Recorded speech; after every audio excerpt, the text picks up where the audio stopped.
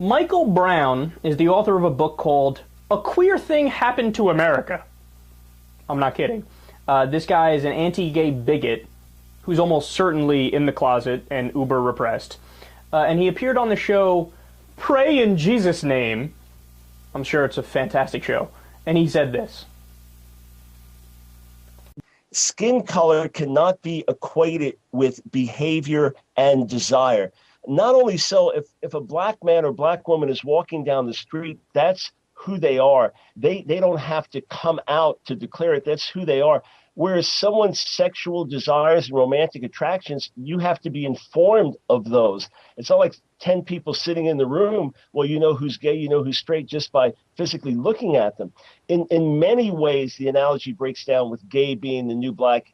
Despite what many gays have suffered in society, some beaten up, some even killed because of their their orientation that they profess. The fact is, you can't compare that to the African slave trade and the horrible things that blacks suffered. And look, during the days of segregation, we didn't have people like Ellen DeGeneres, who were national celebrities, who were black and just loved by the whole nation. Good point. No black celebrities back then like Nat King Cole, Sammy Davis Jr., Ella Fitzgerald, Bill Cosby, Sidney Poitier, Harry Belafonte, Della Reese, etc., etc. But other than that, fantastic point.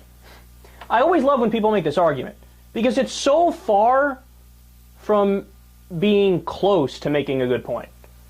Like, it's just one of those things that in the right-wing bubble they'll repeat and nobody challenges it. So when somebody says, well, yeah, of course, gay is not the new black, nobody ever goes, why? Explain yourself. Because if somebody did, they'd go, it's because...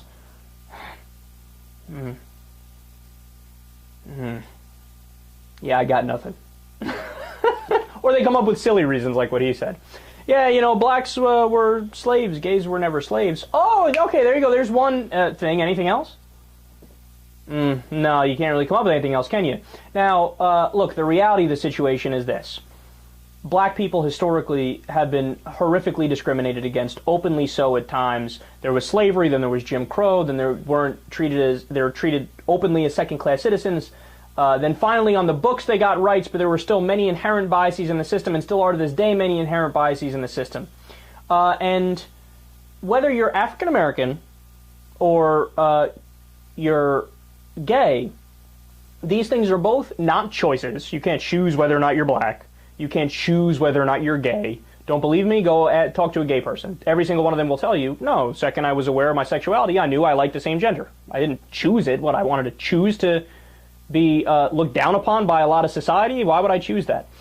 So they're both not choices. Both groups are discriminated against. Of course, blacks did have it worse because they were slaves at one point, and there was Jim Crow. But with gay people, look, in 29 states, you're allowed to be fired because you're gay. Seriously, the owner could just go, I think he's gay, so you're fired. Or, I don't want you to sit at my diner and eat. We don't serve your kind, get out. I'm not kidding. 29 states you could do that in. They still don't have the same tax rights. They still don't have the same marriage rights.